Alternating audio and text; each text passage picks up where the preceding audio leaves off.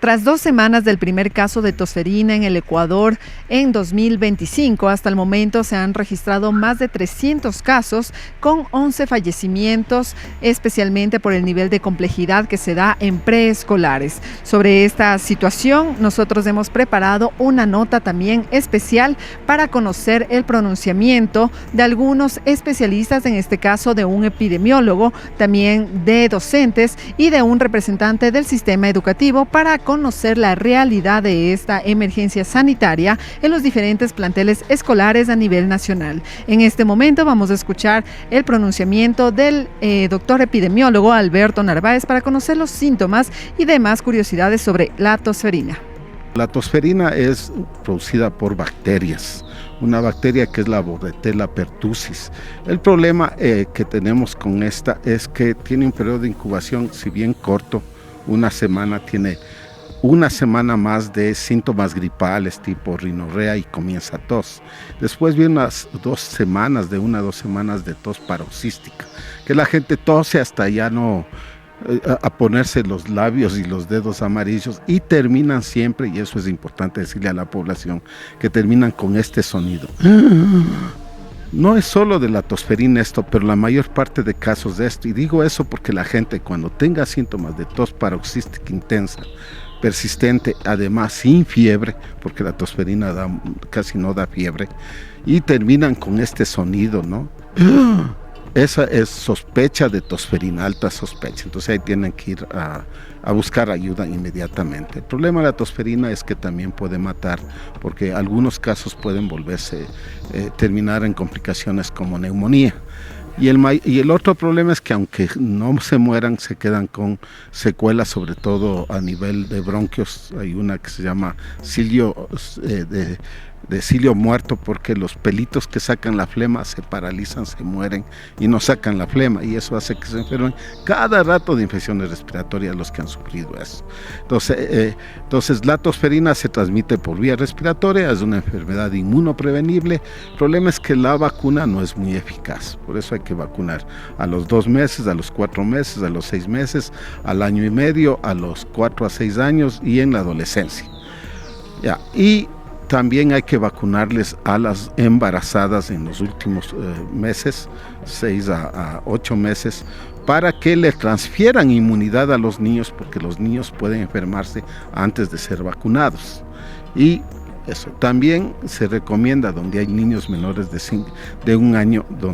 o recién nacidos, que vacunen a toda la familia para crear una barrera, sí, a los niños. Esas son las medidas que se recomiendan en general. Y para la población general, el uso de mascarilla, el lavado de manos y el estar atentos a los síntomas. Como le digo, es 1 semana de gripe con catarro, comienza tos, 1 o 2 semanas de tos quintosa, que termina con un sonido como de gallo, se llama, y eso ya es sospecha de tosferina. Hay otras enfermedades que pueden producir eso, bronquitis, pero es muy característica del coqueluche o tosferina pertussis, cualquiera de esos 3 nombres. También vamos a escuchar en este momento el pronunciamiento por el lado de los docentes acerca de la situación de emergencia sanitaria que se ha dado en los planteles educativos, especialmente en las zonas rurales, en donde han señalado los docentes que la campaña de vacunación que anunció el Ministerio de Salud no ha llegado y se encuentra en estos momentos con un nivel de complejidad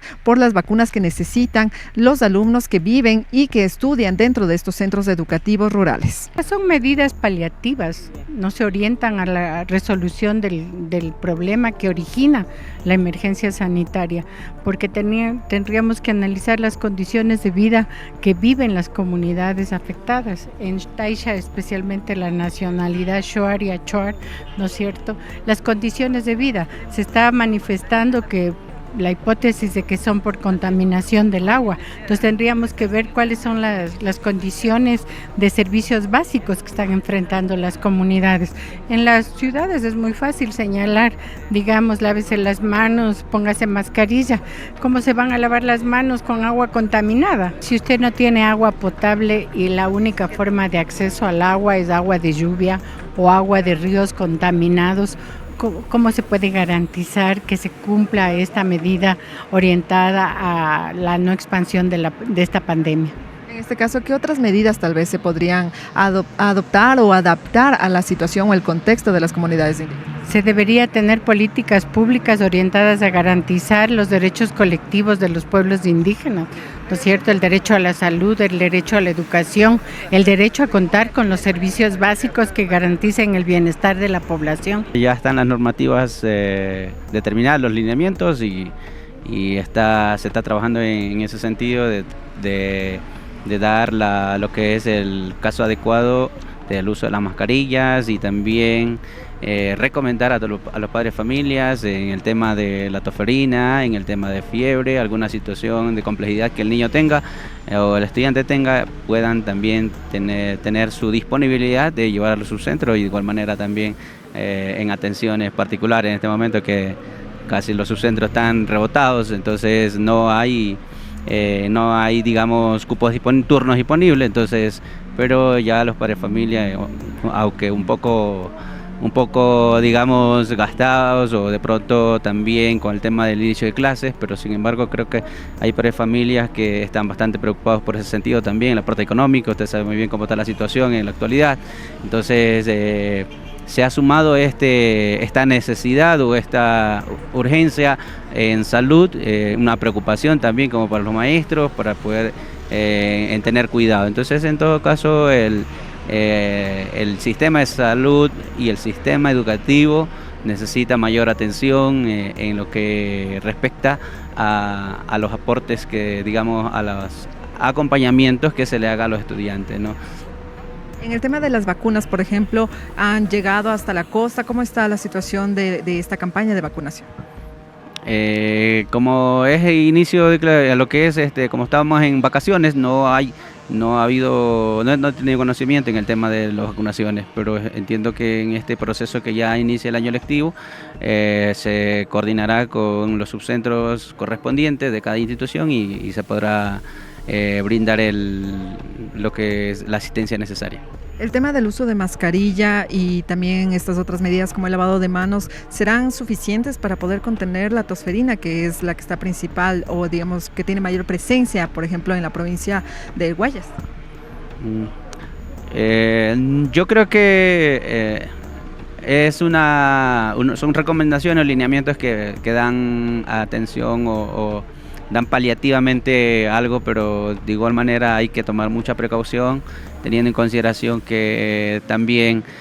ha habido también un poco de incremento al uso de la venta de la mascarilla, a veces también es parte digamos de la situación de nuestro país, ¿no? O sea, se dice alguna cuestión como por ejemplo anunciar el tema de salud y ya se incrementa la mascarilla o se desaparecen, se ponen, entonces eso pone también en riesgo de la salud de la población, porque hay padres, familias que tienen 2 o 3 niños y a veces no pueden comprar una mascarilla, a veces no tienen ni siquiera para mandar algo para sus niños para el receso, entonces esto incrementa la situación precaria económica que tiene cada una de las sociedades familiares en el caso especial de la costa. Ahora vamos a escuchar a Andrés Quispe, quien es presidente de la Unión Nacional de Educadores, para conocer también estas recomendaciones que da el dirigente sobre aumentar lo que serían estas medidas de protección o de prevención para que los niños no sean contagiados con tosferina y dentro de esto también evitar que los planteles educativos vuelvan a la virtualidad como lo que ocurrió durante la época de pandemia del COVID-19. Lo que nosotros vemos de manera positiva es que hay un nivel de articulación entre el Ministerio de Salud y el Ministerio de Educación. Sin embargo, es necesario ser un poco más claros y más ambiciosos para evitar que el sistema de salud colapse y que las escuelas se cierren. La Unión Nacional de Educadores está a punto de entregar una carta al presidente con el propósito de evitar que las escuelas se cierren. Cuando hablamos de que las escuelas se cierren, no estamos hablando de todas. El hecho que se cierre 1 o 2 porque no se tomaron las medidas necesarias en infraestructura, en salud, ya debería preocuparnos, porque la pandemia demostró que la educación virtual por las brechas digitales no es una alternativa en el país. Se profundiza esas brechas digitales, esas desigualdades, y existe toda una afectación a los estudiantes. Por lo cual, la Unión Nacional de Educadores le está solicitando al presidente, por ejemplo, que convoque a las facultades de ciencias médicas a través puede ser del SENACID, del CES, a las facultades de ciencias médicas para que los estudiantes de los últimos semestres sean parte de esas brigadas de vacunación en los planteles educativos que se necesiten, previo a la dotación de los insumos médicos, de las dosis de vacuna y de la seguridad. Porque estamos viendo que los lugares más empobrecidos es donde no está llegando las vacunas, entonces necesitamos que se dote de seguridad. Hay que armar esas brigadas médicas, hay que masificar, y las facultades de ciencias médicas con sus estudiantes de los últimos años lo pueden hacer. Recordemos el papel que jugaron en pandemia, en la COVID-19, las facultades de ciencias médicas. Una segunda propuesta que le estamos dando a conocer al presidente es que necesitamos levantar un censo para identificar cuáles son niños, niñas que no están vacunadas. Y en eso también puede ayudar la academia. Estamos levantando, porque la vacuna debe llegar a todos sin excepción y es urgente un censo. Lo tercero es que nos preocupa que, siendo los niños y las niñas las más afectadas en cualquiera de estos cuadros que estamos hablando, no exista una política dirigida a los centros de desarrollo infantil. No se puede estandarizar el colegio, donde tal vez la población, entendemos, está ya vacunada, está ya inmunizada, pero deberíamos destinar una política particular, no solo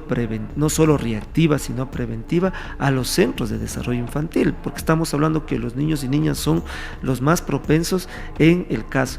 específico de lo que significa o de lo que ha dado a conocer el Ministerio de Salud. La falta de vacunas y también campañas más efectivas para la inmunización en contra de la enfermedad de la tosferina son algunas de las conclusiones que han señalado los especialistas que se pronunciaron a través de esta nota, en donde también señalaron que es necesario que el Ministerio de Salud y diferentes instituciones del Estado implementen medidas más eficaces para evitar que el sistema educativo regrese a la virtualidad como lo ocurrido en la pandemia del COVID-19. Estas son algunas de las conclusiones y también recomendaciones que escuchamos de los especialistas.